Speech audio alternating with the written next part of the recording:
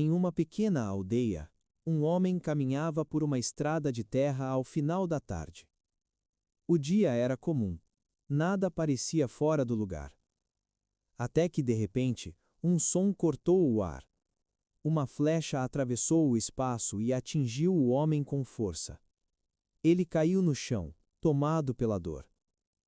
Algumas pessoas que estavam próximas correram até ele.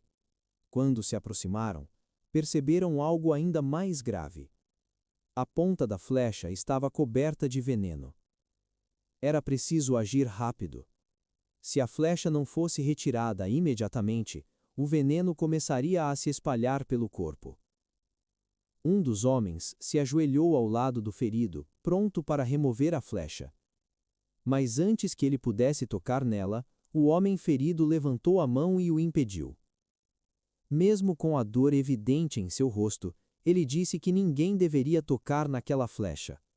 Primeiro, ele precisava entender o que havia acontecido. Quem havia disparado aquela flecha? Era alguém da aldeia ou um estranho? De onde aquela pessoa vinha? Que tipo de arco havia sido usado? E de que madeira havia sido feita aquela flecha?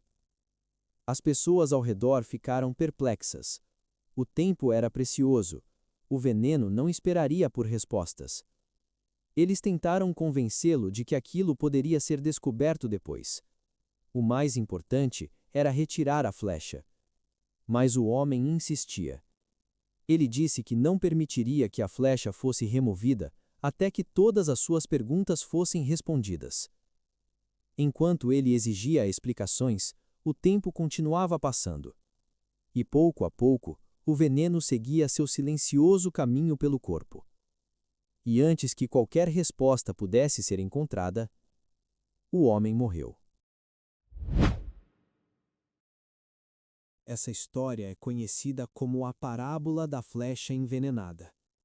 Ela aparece em antigos ensinamentos do budismo, associados a Siddhartha Gautama, conhecido como Buda, que viveu aproximadamente no século V a.C., no norte da Índia.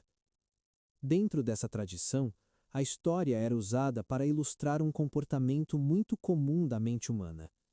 Diante de problemas urgentes, muitas vezes buscamos respostas complexas antes de lidar com aquilo que está diretamente diante de nós. O homem da parábola não morreu apenas por causa da flecha. Ele morreu porque se recusou a agir enquanto não compreendesse todos os detalhes da situação.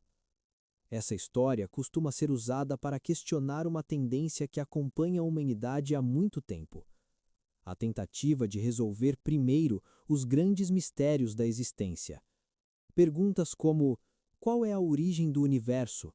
O que acontece depois da morte? Qual é a natureza final da realidade?